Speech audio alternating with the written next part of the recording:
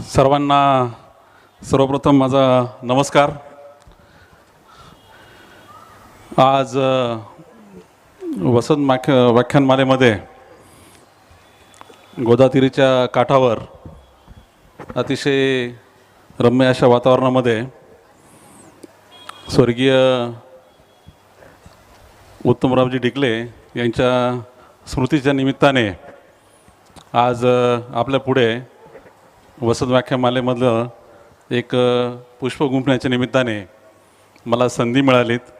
मी सर्वप्रथम वसंत व्याख्यानमालेच्या सर्व पदाधिकाऱ्यांचे श्रीकांत बेनी, त्याचबरोबर मनीषजी सानप, संगीताताई बापना, विजयजी काकड आणि त्यांचे सर्व सहकारी यांचं सुरुवातीलाच आभार व्यक्त करतो आणि सर्व नाशिककरांच्या वतीने सुद्धा त्यांना धन्यवाद देतो की वसंत व्याख्यानमालेची ही जी परंपरा 100 वर्षापेक्षा जास्त आता तिला काळ लोटला आहे, अशी ही व्याख्यानमालेची परंपरा आपण पुढे चालवत आहेत, मोठ्या उत्साहाने ती पुढे नेत आहेत। आमच्या सर्व नाशिककरांच्या भावना या वसंत व्याख्यानमालेशी जोडल्या गेल्या आहेत, त्यासाठी ही व्याख्यानमाला एवढ्याच जोरदारपणे पुढे चालत राहावीत यासाठी सुरुवातीला शुभेच्छा देतो।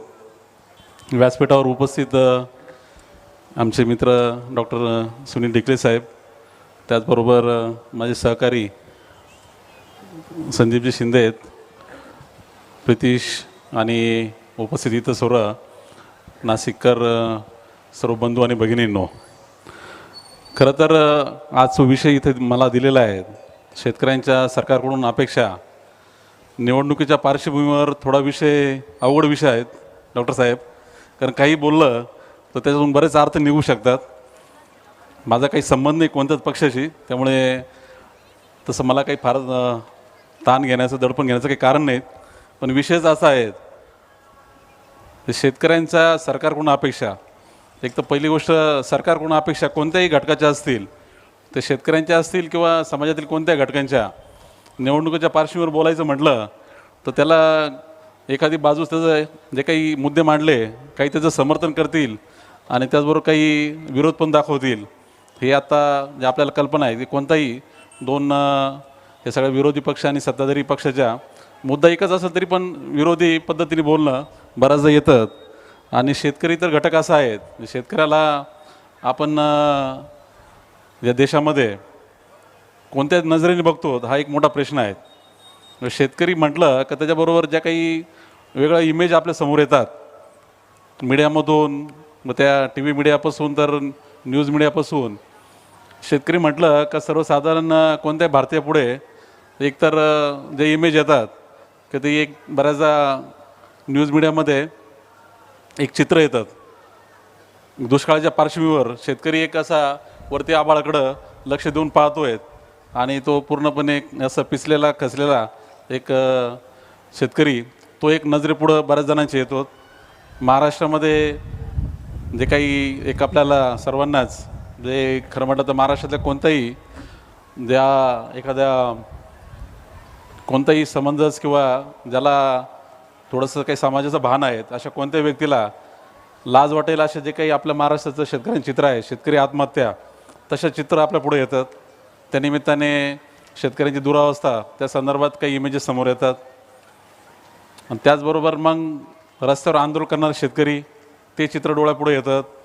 मागच्या 4 वर्षात तर जे काही सगळ्या देशभर शेतकरी किंवा कृषी कायद्याच्या निमित्ताने जे काही पूर्ण पंजाबपासून तर देशभर जे काही चित्र उभं राहिलं, वर्षभर दिल्लीच्या आजूबाजूला शेतकरी रस्ता आंदोलन करत होते, त्यातून ते शेतकऱ्यांचे इमेजेस पुढे आलेले आहेत आणि आपल्या महाराष्ट्रात आणि नाशिकमध्ये तर सर्वांना कल्पना आहेत की जवळजवळ आत्ता हे 44वं वर्ष म्हणावं लागेल 80च्या दशकापासून, तर सातत्याने आपल्या या नाशिक जिल्ह्यामध्ये कांद्याच्या निमित्ताने जे काही आपण बातम्या ऐकत असतो, मग त्या कांद्याचा भाव पडला तेव्हा रस्त्यावर आंदोलन करणारे शेतकरी आणि दुसरीकडे कांद्याचे भाव वाढलेत त्याच्यामधून शेतकरी आपल्या शहरामध्ये आंदोलन करणारे सर्व ग्राहक किंवा ग्राहकांच्या संघटना आणि याच्या भोवतीच आपल्याला शेतीचं चित्र दिसत असतात आणि त्यातून आपण शेतीचे आपल्या इमेजेस, शेतकऱ्यांच्या सगळ्या कल्पना तयार होत असतात।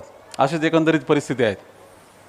खरं पाहिलं तर आज या देशामध्ये जवळजवळ 50% वर्ग अजूनही शेतीवर अवलंबून आहे किंवा शेतीशी संबंधित आहेत. 142 कोटीच्या दरम्यान लोकसंख्या पोहोचलेली आहेत आणि त्यातले 50% म्हणजे 70 कोटी लोक शेतीवर अवलंबून डायरेक्ट किंवा इनडायरेक्ट पद्धतीने अवलंबून आहेत. आज 2024मध्ये आपण आहोत. थोडं जर मागं जाऊन पाहिलं, साधारण देश जेव्हा स्वतंत्र झाला 1947चं जर चित्र पाहिलं तर तेव्हा लोकसंख्या जी होती साधारण 42 कोटीच्या दरम्यान देशाची लोकसंख्या होती आणि तेव्हा 80% लोक शेतीवर अवलंबून होते. म्हणजे आज 50% तेव्हा 80% होते.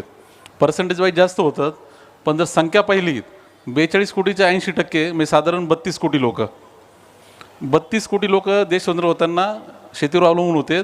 आज पूर्ण लोकसंख्येच्या 50% आहेत, पण ती पाहिलं तर नंबर्समध्ये पाहिलं तर 70 कोटीच्या दरम्यान संख्या झाली. असे एकंदरीत चित्र आहेत. जगभर जर पाहिलं, तुम्ही कोणत्या देशाचा इतिहास समजून घेतला, जी काही आर्थिक प्रगती झाली, सामाजिक प्रगती झाली पूर्ण जगामध्ये, युरोपपासून तर अमेरिकेपासून, तर तिच्यामध्ये तुम्हाला दिसेल का सर्व जो काही समाजचा कोणताही घटक असेल तर तो शेतीतून बाहेर पडून इतर क्षेत्रामध्ये तो स्थलांतरित होत गेला. 1947 साली देश स्वतंत्र झाला तेव्हा भारत हा म्हणजे अविकसित देश, मागासलेला देश होण्याचं चित्र होतं आणि ज्यांच्याकडून आपण स्वातंत्र्य घेतलं तो इंग्लंड देश. त्या इंग्लंड देशाचं आपल्याला कल्पना आहे की आज फक्त 4% लोक शेती करत आहेत. पण त्याचं जरा मागं जर गेलो, साधारण 200-250 वर्षापूर्वी 17व्या शतकामध्ये, तर इंग्लंडमध्ये सुद्धा 80% लोक शेती करत होते. आणि ते जे काही आहेत म्हणजे आज 80%वरून आज 4%वर आलेत. इंग्लंडमध्ये जे काही झालेले आहेत हे जगभर प्रत्येक ठिकाणी होत आले आहेत. मग तुम्ही जपानमधलं चित्र बघा, नाहीतर अमेरिकेचं बघा, नाही तर युरोपमधल्या कोणत्याही देशाचं बघा. म्हणजे नैसर्गिकरित्या लोक शेतीतून बाहेर पडून इतर क्षेत्रामध्ये ते मॅन्युफॅक्चरिंग सेक्टर किंवा मग सर्व्हिस सेक्टरमध्ये लोक जात राहिलीत आणि त्या पद्धतीने सगळ्या जगाची इकॉनॉमी वाढत गेलेली आहे. आणि भारतामध्ये सुद्धा जे काही 1947 तर आत्ता आपण जो प्रवास करत आलो आहे, इकॉनॉमी ग्रो होणं म्हणजे काय होणं, ते एका अर्थाने शेतीतून लोक बाहेर पडून दुसऱ्या सेक्टरमध्ये जाणं, ही नैसर्गिक प्रक्रिया सगळ्या जगात घडत आलेली आहे. पण भारतात आपण जर पाहिलं तर उलटं झालं आहे. शेतीवर अवलंबून असलेल्या लोकांचा भार कमी होण्याच्या ऐवजी उलटं वाढत गेला आहे. आणि मुख्य कारण जे आहे का लोकसंख्या वाढणं. मग सगळ्या जगातच लोकसंख्येचा स्फोट झाला आहे. पण भारतात म्हणजे जे काही घडलं, आज आपण चीनला क्रॉस करून आपण लोकसंख्येच्या बाबतीत नंबर 1वर गेलो. हा लोकसंख्येचा मुद्दा आणि शेतीचा गुंता एकमेकाशी जोडलेला आहे, ते मला सुरुवातीला सांगायचं आहे. कारण जर तुम्ही आज कोणत्या ग्रामीण भागातल्या कोणत्याही तरुणाला जर विचारलं, आणि आता इथं आमचे काही तरुण मित्रमंडळी बसलेले आहेत, आमचे सर्व सह्याद्रीचे सभासदांचे काही तरुण मुलं पण इथं बसलेले आहेत, तुम्ही त्यांना कोणालाही विचारलं की बाबा तू नक्की शेतीमध्ये पुढं राहू इच्छितो का आणि तुला शेतीमध्ये करिअर करायचं आहे का, 99% लोक त्याला नाही म्हणूनच उत्तर देतील. शेतकऱ्यांना मुली द्यायला तयार नाहीत, ही आता अशा प्रकारची जी काही भाषा मीडियामधून येते ही खरी वस्तुस्थिती आहेत. म्हणजे याच्यामध्ये काही चूक नाही आहेत. मग स्वतः शेतकरी त्याची मुलगी शेतकऱ्याला द्यायला तयार नाही, अशा प्रकारचे चित्र आहेत. हा म्हणजे एकीकडे कोणाला शेतीमध्ये राहायचं नाही आहे, दुसरीकडे शेतीवर अवलंबून असलेल्या लोकांचा भार वाढला आहे. अशा काळामध्ये आपण आहोत. हे जे काही गुंता तयार झालेला आहे, म्हणजे मला थांबायचं नाही तिथं, पण मला बाहेर पडता येत नाहीत, उलटत आहे तर शेतीवर अजून लोक जास्त अवलंबून राहत आहे किंवा ते शेतीवर जास्त भार पडतो आहे, असा गुंता तयार झालेला आहे. असा हा एकंदरीत म्हटलं तर पहिलं तर सामाजिक प्रश्न आहेत आणि त्याच्याबरोबर एक आर्थिक प्रश्न आहेत आणि नंतर मग तो राजकीय प्रश्नही होतो. साहजिक आहे, कोणताही सामाजिक मुद्दा हा राजकीय अर्थाने हाताळला जातो आणि त्या अर्थाने मग सगळ्या वेगळ्या पक्षाच्या भूमिका ठरतात. खरं म्हटलं तर हा पहिला आर्थिक मुद्दा आहे, सामाजिक मुद्दा नंतर तयार होतो.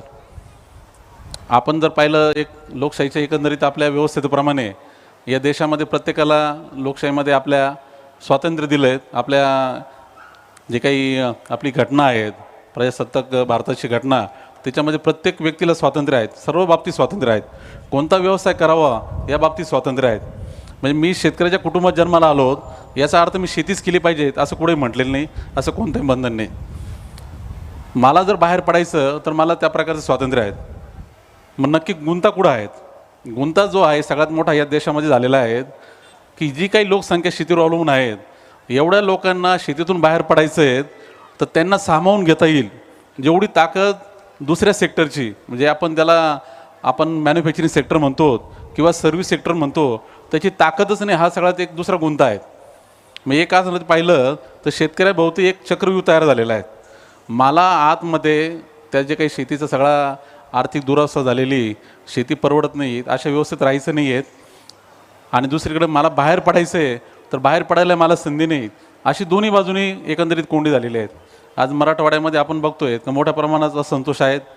जो काही आरक्षणाचा सगळा लढा चाललेला आहे, मग तो कोणत्याही समाजाचा असेल, पण तो प्रत्येकाचा जर तुम्ही पाहिलं तो सगळा शेतीवर अवलंबून असलेला समाज, आणि त्यांना जे काही आज पाहिजे एक शाश्वत, त्याचबरोबर एक सुरक्षित आयुष्य पाहिजे, एक सुरक्षित आर्थिक त्यांना एकंदरीत पूर्ण त्यांना तशा प्रकारची परिस्थिती पाहिजेत, ती शेतीमध्ये मिळत नाही. शेती पूर्णपणे एक अर्थाने जुगार झालेला आहे, आणि त्यामुळे सरकारी नोकरी की जी सगळ्यात अर्थाने सुरक्षित आहेत, त्या सरकारी नोकरीमध्ये आरक्षण पाहिजेत, म्हणून सगळा जो काही संघर्ष चाललेला आहे हा खरा शेतीचा सगळा झालेला गुंता त्याचा परिणाम आहे. जी शेती सर्व पूर्वीचे 100 वर्षापूर्वी उत्तम शेती, त्याचबरोबर मध्यम व्यापार आणि कनिष्ठ नोकरी हे जे काही म्हटलं जायचं, त्याच्या उलटं जे झालं आहे का प्रत्येकाला नोकरी पाहिजेत, आणि त्याचबरोबर ती नोकरी सरकारीच नोकरी पाहिजेत. याचा अर्थ काय आहे तर प्रत्येकाला सुरक्षित आर्थिक त्याला एक साधन पाहिजेत, जे काही माणसाला जगण्यासाठी कोणताही असेल, तो कोणत्याही भागातला असेल, जगातल्या कोणत्या भागातला असेल, तर बेसिक ज्या काही माणसाच्या अपेक्षा आहेत, अन्न वस्त्र निवारा शिक्षण आरोग्य, ह्या सगळ्या ज्या काही बेसिक सगळ्या त्याच्या गरजा, आणि त्याचबरोबर जे काही पुढे पुढे प्रगती करण्याची एक बेसिक जी काही माणसाची अपेक्षा असते, ॲस्पिरेशन जे असतं, ते शेतीमध्ये पूर्ण होत नाहीत. असे एकंदरीत जे काही कोंडी झालेली आहेत, तिच्यातून सुटका करण्यासाठी प्रत्येकाला आरक्षणाच्या माध्यमातून म्हणा किंवा इतर माध्यमातून म्हणा, तर प्रत्येकाला जमलं तर सरकारी नोकरीत जायचं आहे. नाही जमलं सरकारी नोकरीत तर मग खाजगी नोकरी का होईना त्याला नोकरी पाहिजेत, आणि नाही जमलं नोकरी तर दुसरा व्यवसाय का होईना पण तो शेतीच्या बाहेर व्यवसाय पाहिजेत. आणि मग तो गावामध्ये ती संधी मिळत नाहीत, म्हणून प्रत्येकाला गावातून बाहेर पडायचं आहेत, आणि प्रत्येकाला जमलं तर नाशिकला यायचं आहेत, जमलं तर पुण्याला मुंबईला जायचं आहेत, जमलं तर मग युरोपला जायचं आहे.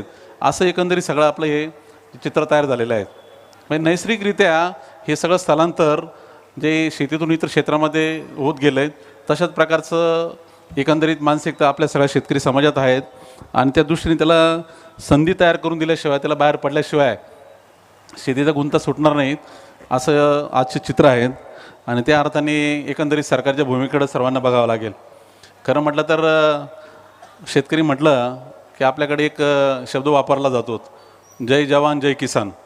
एक लालबहादूर शास्त्रींच्या काळामध्ये ही मोठी त्यांनी सरकारची एखाद्या अर्थानं धोरणच म्हणावं लागेल, त्या अर्थाने त्यांनी ती घोषणा दिलीत का आम्ही आमच्या देशाच्या दृष्टीने जेवढं एखाद्या सैन्याच्या म्हणजे सीमेवर लढणाऱ्या सैनिकाला जेवढं आम्ही त्याला महत्त्व देतोच, तेवढंच आम्ही देशातल्या शेतकऱ्याला महत्त्व देतो, हे त्यांना त्या घोषणेच्या निमित्ताने सांगायचं होतं.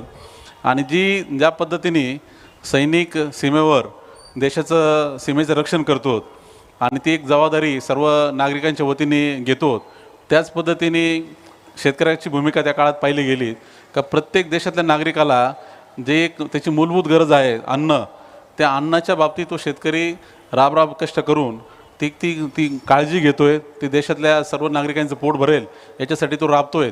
त्या अर्थाने त्यालासुद्धा तेवढाच आदर, तेवढाच त्याला मान द्यायला हवात, आणि त्याची पण तेवढीच जबाबदारी व्यवस्था म्हणून आपण घ्यायला हवीत.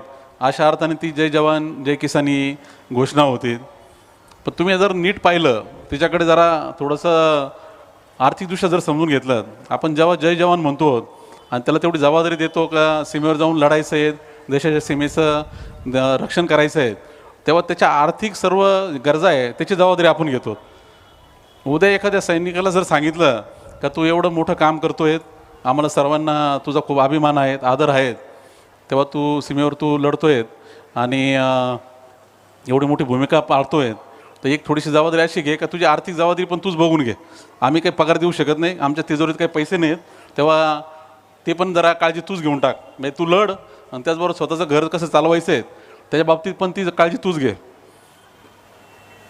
तर कसं प्रकारचं वातावरण असेल, कोण लढायला जाईल पहिला तर, आणि लढायला गेला तर कोण एवढ्या अशा मोठ्या मनाने आणि एवढ्या असं उच्च विचारांनी का एकीकडे मी देशाच्या सीमेची जबाबदारी घेतो आणि त्याचबरोबर त्यासाठी सरकारवर भारही टाकत नाहीत, मी माझ्या कुटुंबाची बी जबाबदारी मी स्वतःच घेतोय, असं कधी चित्र तुम्हाला दिसेल का? असं होईल का?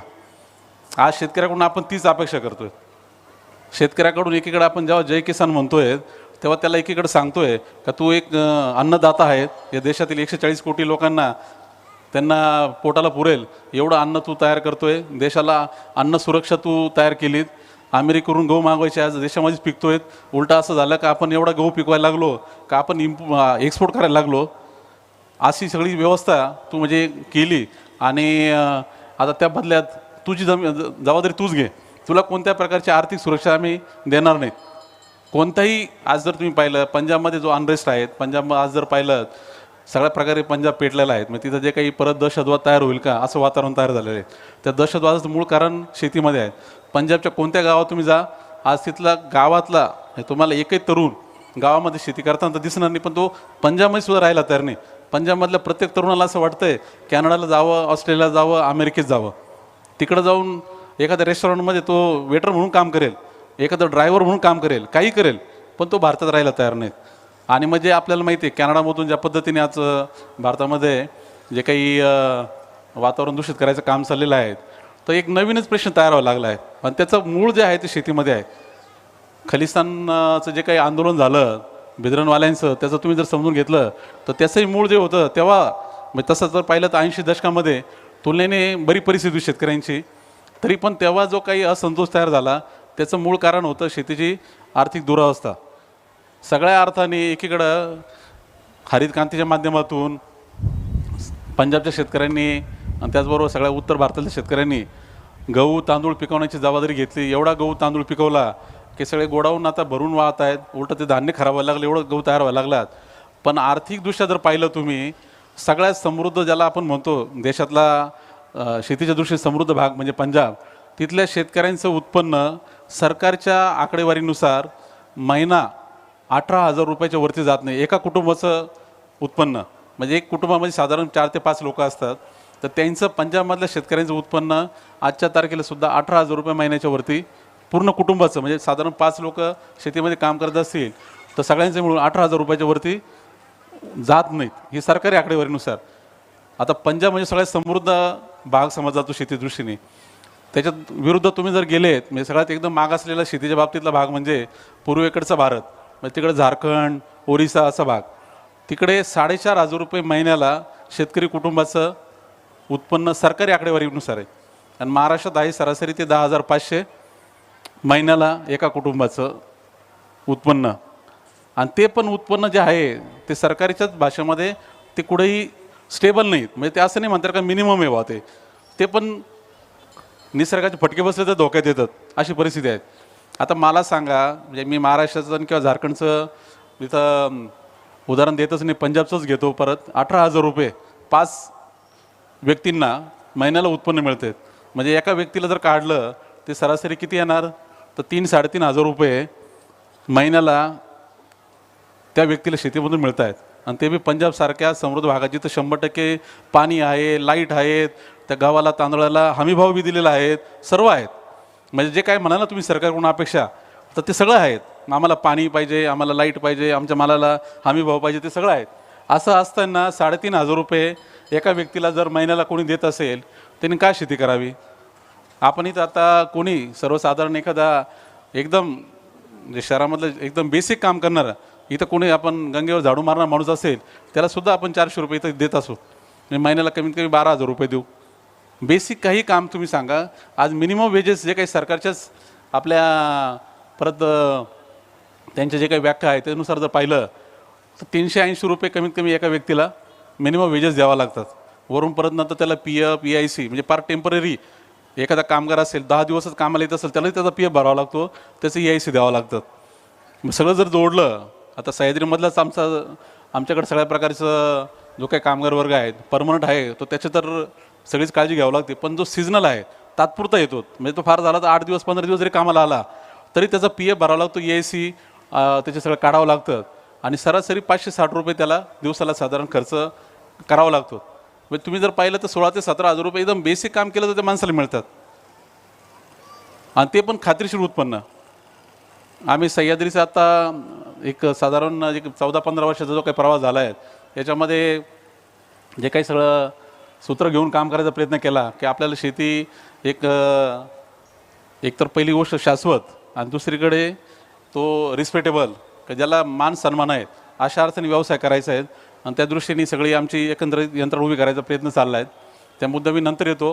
फक्त जो मुद्दा सुरुवातीला स्पष्ट करायचा आहे मला तो असा आहे की आमच्या शेतकऱ्यांना, सभासदांना, सह्याद्रीच्या त्यांना ज्या प्रकारचं आर्थिक जे काही एक शाश्वत व्यवस्था उभी करायचं काम चाललं आहे ते अजून पूर्ण झालेलं नाहीत. पण त्या निमित्ताने जो रोजगार तयार झाला, जवळजवळ 6,000च्या वरती लोकांना रोजगार सह्याद्रीमध्ये तयार झाला, त्यांचं आयुष्य मात्र शाश्वत झालं आहे. त्यांना मात्र रोजगाराच्या निमित्ताने आर्थिक उत्पन्नाची शाश्वती आली.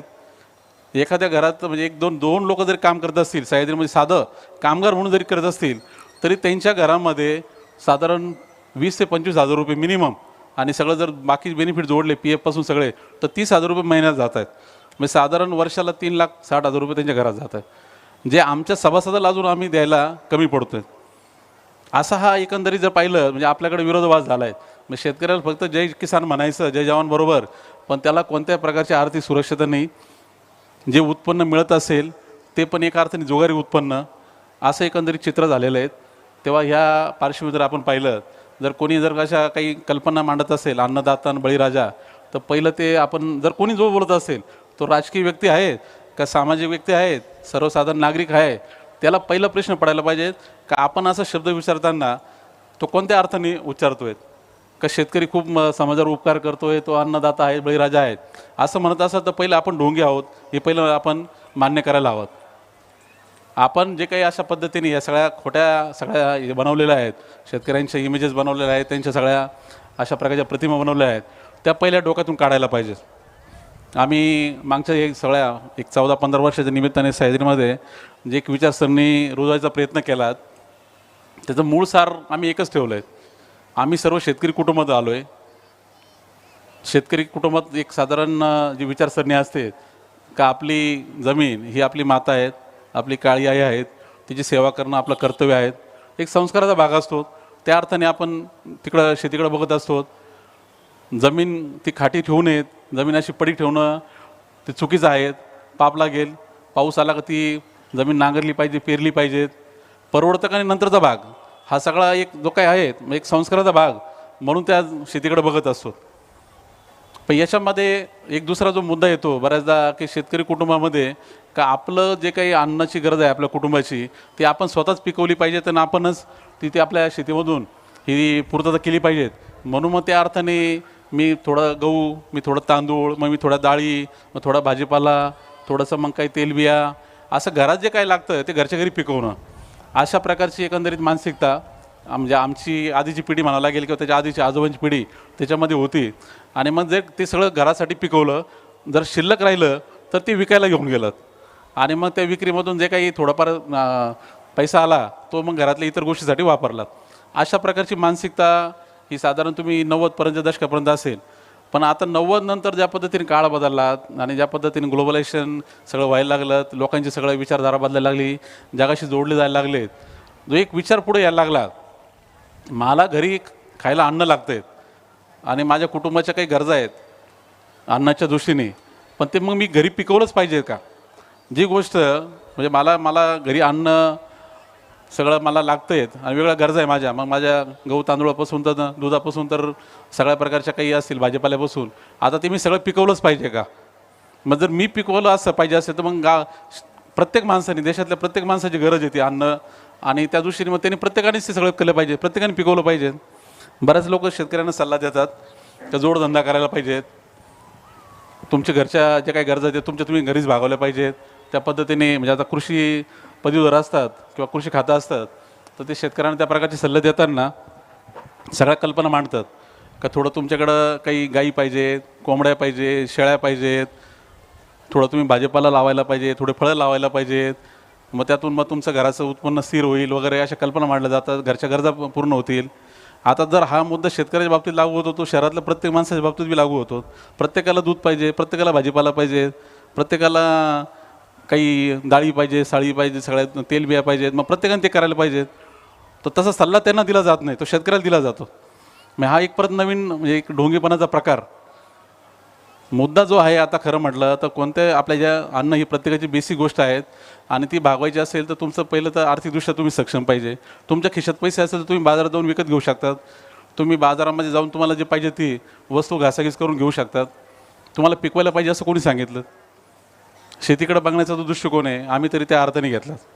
आणि आत्ता जो काही दृष्टिकोन आहे, नवीन जो दृष्टिकोन तयार व्हायला लागला आजच्या पिढीमध्ये, म्हणजे माझ्या पिढीमध्ये घ्या, नवीन पिढीमध्ये, का आम्ही शेती करत असेल तर व्यवसाय म्हणून करतो. जसं एक कोणी पण व्यवसाय, इथं एखादा कोणी आता इथं चहा विक्रीचं कोणी दुकान टाकलं आहे किंवा एखादं कोणी फर्निचरवाला दुकान चालवतो आहे, तर त्या पद्धतीने आम्ही पण शेतकरी म्हणून व्यवसाय चालवतो आहे. मला परवडला पाहिजे मी जे काही पिकवतो ती पहिली गोष्ट. मी जर द्राक्ष लावले, 1 एकर द्राक्ष लावले, तर घरी खाण्यासाठी तर काही 1 एकर द्राक्ष लागणार नाही. मला एक झाड लावलं तरी ठीक आहे. 1 एकर द्राक्ष लावले, त्यासाठी मी कर्ज घेतलं, याचा अर्थ जो काय आहे हा व्यवसाय आहे. त्या व्यवसायामध्ये मी 1 लाख रुपये खर्च केला तर मला 1.5 लाख रुपये मिळाले पाहिजेत. मला जर 2 पैसे जास्त मिळाले तर मी गुंतवणूक करेल. गुंतवणूक केली तर मग माझं जे काय असेल ते प्रगती होईल. पण ती जर मला मिळालेच नाही पैसे, तो जर शेतीचा तोटाचा झाला तर तो तोटा भरून कुठून काढायचा? तो जर झालेला तोटा आहे तो भरून काढायला दुसरे काही साधनं नाहीत. मग होणार काय? हाय तुम्ही आहे तिथून अजून गाळात जाणार. मग ती शेती करण्यापेक्षा ती पडून ठेवली तर काय हरकत आहे? ही एकंदरीत मानसिकता आता तुम्ही जर पाहिलं तर नवीन वर्गात तयार व्हायला लागलेली आहे. तुम्ही कोणत्याही तरुणाला विचारलं तो एक वेळ शेती पडून ठेवायला तयार आहे, पण शेती करायला तयार नाहीत. फक्त केली नाही तर मग काय, तो पुढचा प्रश्न तयार होतो जो मी सुरुवातीला सांगितला. तर ही एकंदरीत आपल्या सर्वांची कोंडी झालेली अवस्था आहे. 1980 दशकामध्ये नाशिकमध्ये मोठं आंदोलन उभं राहिलं शरद जोशींच्या नेतृत्वाखाली. आणि शरद जोशींनी हे सर्व मी जे काही मुद्दे मांडतोय हे एक पूर्णपणे शास्त्रीयदृष्ट्या त्यांनी पहिल्यांदा देशामध्ये मांडलेत की ही जे काही एकंदरीत शेतीची गुंता आहेत हा गुंता तयार केलेला गुंता आहेत. हा काही नैसर्गिक गुंता नाही आहेत, हा निसर्गाने केलेला गुंता नाही आहेत. निसर्गाच्या नियमाप्रमाणे तर एका दाण्याचे 1000 दाणे होतात. एका दाण्याचे 1000 दाणे ते पण 4 महिन्यामध्ये होतात. म्हणजे 1000 पट गुणाकार होतो. असा व्यवसाय हा खरं तर तोट्याचा व्यवसाय व्हायलाच नाही पाहिजेत. दुसऱ्या कोणत्याही व्यवसाय जर तुम्ही पाहिलं तर 10% जर नीट शिल्लक राहिलं, जर 10% जरी नफा राहिला तरी तो धंदा उत्तम समजला जातो. इथं तर 1000 पट जर तसं मूल्यवर्धन होत असेल तर तोट्याचा धंदा कसा होऊ शकतो? पण तरी तो तोट्याचा होतोय. तर याची जी कारणं आहेत का ठरवून तो धंदा तोट्याचा व्हावा त्या प्रकारची धोरणं समाजवादी व्यवस्थेमध्ये हे सरकारच्या बाजूनेच राबवले जात होते आणि सरकार त्या पद्धतीने भूमिका घेत होतं. याचं कारण एक तर पहिलं तर देशातल्या सर्वसाधारण लोकांना अन्न पुरवठा माफक दरात व्हावा ही जी सरकारची जबाबदारी आहे, त्या अर्थाने शेतकऱ्यांना एका अर्थाने ते वापर करून घेणं, त्यांचं शोषण करणं. दुसरीकडे जे काही वरकड उत्पन्न तयार होतं शेतीमधलं ते उत्पन्न म्हणजे ते भांडवल ते हे इतर उद्योगधंद्यांना वाढवण्यासाठी, इतर उद्योगधंद्यांची भरभराट होण्यासाठी, त्याच्यासाठी ते शेतीतलं वरकड उत्पन्न वापरणं आणि त्यासाठी शेतकऱ्यांना वापरून घेणं ही एकंदरीत सरकारच्या धोरणाचाच भाग होता. आणि त्यामुळे तेव्हाची जी शेतकरी संघटनेची शरद जोशींची एक महत्त्वाची घोषणा होती, सूट नको, सबसिडी नको, बीक नको, हवे घामाचे दाम. म्हणजे आम्हाला कोणत्या प्रकारची फुकट काही इलेक्ट्रिसिटी नको आहेत, फुकट पाणी नको आहेत आणि किंवा आम्हाला काही कोणत्या प्रकारचं अनुदान नको आहेत. आम्हाला तर ते आम्ही निसर्गाच्या नियमाप्रमाणे घेऊ. एका दाण्याचे 1000 दाणे आमच्या व्यवसायात होत आहेत. आम्हाला काही भिकेची गरज नाही. आम्हाला फक्त आमच्या जे काही शेतीमाल आहे त्याचं जे काही योग्य मूल्य आहेत उत्पादन खर्चावर आधारित ते आम्हाला मिळू द्या आणि ते पण आम्ही घेऊ. तुम्ही फक्त लुडबुड करू नका. तुम्ही आमच्या या शेती बाजारामध्ये कुठेही कोणत्या प्रकारचा हस्तक्षेप करू नका. अशा प्रकारची ती संघटनेची जी मूलभूत मागणी होती ही पूर्णपणे अर्थशास्त्राचा जो काही सगळ्या जगामध्ये एक नैसर्गिकरित्या जो काही विकास झालेला आहे की माणूस जन्माला आल्यानंतर तो नैसर्गिकरित्या त्याची प्रगती करत असतो. फक्त त्या प्रगतीला कोणी ठरवून पाय घालायला नको, अडथळे करायला नको. एवढंच केलं तरी ती नैसर्गिकरित्या प्रगती होत जाते. आणि सरकार जर ती भूमिका करत असेल, सरकार जर ठरवून अडथळे तयार करत असेल, सरकार ठरवून जर माणसाचे पाय बांधून ठेवत असेल आणि एकीकडे दुसरीकडे त्याच्यासाठी आपण म्हणजे त्याला एकीकडे पाय बांधून ठेवायचे आणि दुसरीकडे म्हणायचं का तुझ्या पोटापाण्याची आम्ही काही सोय करतो, त्याच्या पुढे काही भाकरीचे तुकडे टाकायचे आहेत, तर ह्या अशा प्रकारचं म्हणजे जे काही ढोंगीपण आहे हे पहिलं बंद करा. शरद जोशी अजून एक मुद्दा मांडायचे आहेत. या देशामध्ये जर गरिबी हटवायची असेल तेव्हा गरिबी हटाव एक मोठी घोषणा होती त्या काळामध्ये. गरिबी हटवायची असेल तर सरकारने काहीच करू नये. त्या गरिबाच्या छाताडावर जर तुम्ही बसले तेवढं फक्त तुम्ही उठा, त्याला त्याचा श्वास घेऊ द्या, तो त्याची गरिबी हटवेल. तुम्ही काहीच करू नका, फक्त त्याच्या छाताडावर जे बसले ते तिथून उठा. आज शेतीची जी काही अर्थव्यवस्था जी बिघडलेली आहे तिचं मुख्य कारण सरकारच्या ह्या अशा प्रकारच्या धोरणाचं जे काही, आणि ते कशासाठी तर ग्राहकाला, त्याचबरोबर जे काही शहरातला कोणताही वर्ग असेल त्याला एक अर्थाने, त्याला कुठंतरी सरकारला एक अर्थाने म्हणजे लोड, आपल्या वोट बँकेच्या स्वरूपामध्ये, मतदाराच्या स्वरूपामध्ये जे काही त्याला खुश करण्यासाठी कोणाला तरी कोंडीत आणून दुसऱ्याचं काहीतरी समर्थन करायचं, अशी जी भूमिका झाली त्याच्यामुळे सगळ्या देशामध्ये शेतीचा खेळखंडोबा झाला आहे असं म्हणायला काही हरकत नाहीत. पक्ष कोणताही असेल, कोणत्याही पक्षाचं इथं नाव घ्यायचं कारण नाहीत, कारण कोणत्याही पक्षाच्या तुम्ही जर भूमिका पाहिल्या सर्वसाधारण तशाच आहेत.